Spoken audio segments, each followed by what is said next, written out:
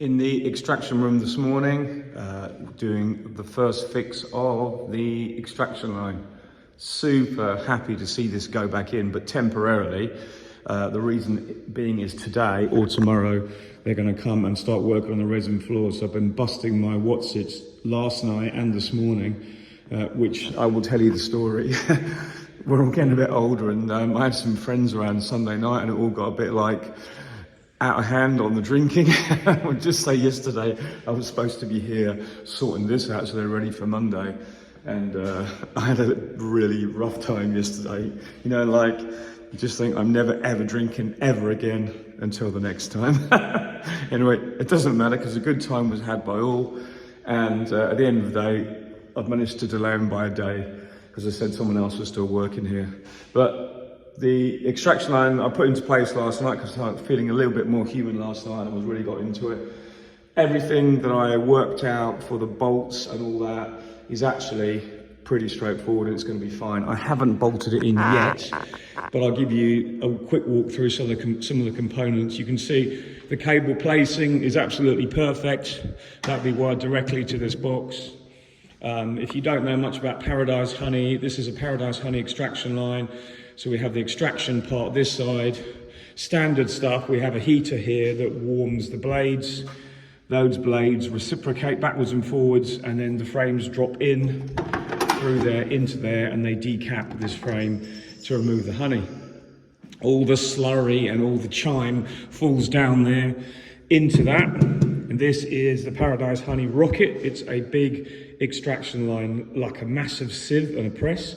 So as the rocket turns, there's a big plastic screw here that constantly moves really slowly, and that forces the wax and all the honey up the press, and then it comes up through here, and this is a sieve where the honey is excluded through, pushed through.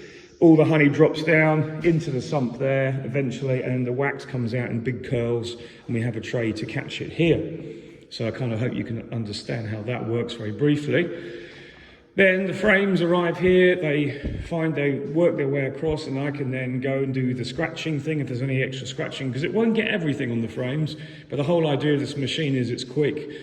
It does as much as it can, and obviously the fuller the frames, the easier it is to run it through the machine. So then from here, at the extraction side, at the decapping side, then the frames migrate their way up here, and then I open this up, slide the frames in the traditional way. This is a 54 frame extractor.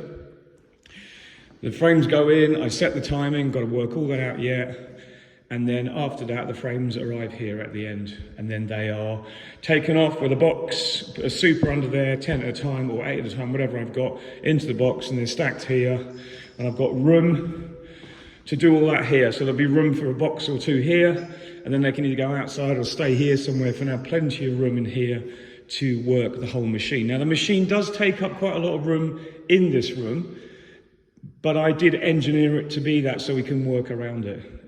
So this is just the first fix, because all I've got to do is put these 4 floor bolts in. They're only 10mm bolts, the machine's heavy, they're going to be on rubber supports as well. A little bit of 2 or 3 layers of rubber that will be made to go underneath these feet, and that will just helpfully avoid the vibrations. There's the honey pump, because after the honey's come from the press and come from the extraction line, it goes into a sump, and then the sump has a float valve, which is there, pumps up into a barrel via this pump. So it's pretty straightforward, believe it or not. There's almost, we would say, 2 sources of honey. One source from the press side and the decapping side, one source from the extraction line side.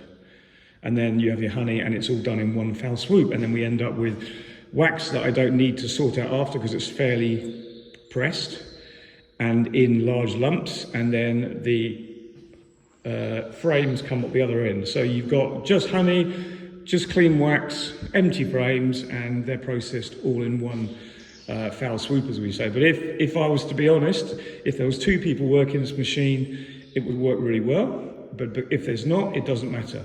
The whole idea of this operation was to enable me to work quickly and efficiently in my own time with warm honey that means easy extraction everything works out pretty fine. So I'm gonna go, I've got lots to do today. I've got to get this moved again now, back outside into the shed.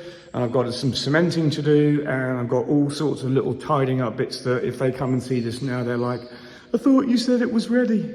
Anyway, feeling better now, so get the work done. Bye for now.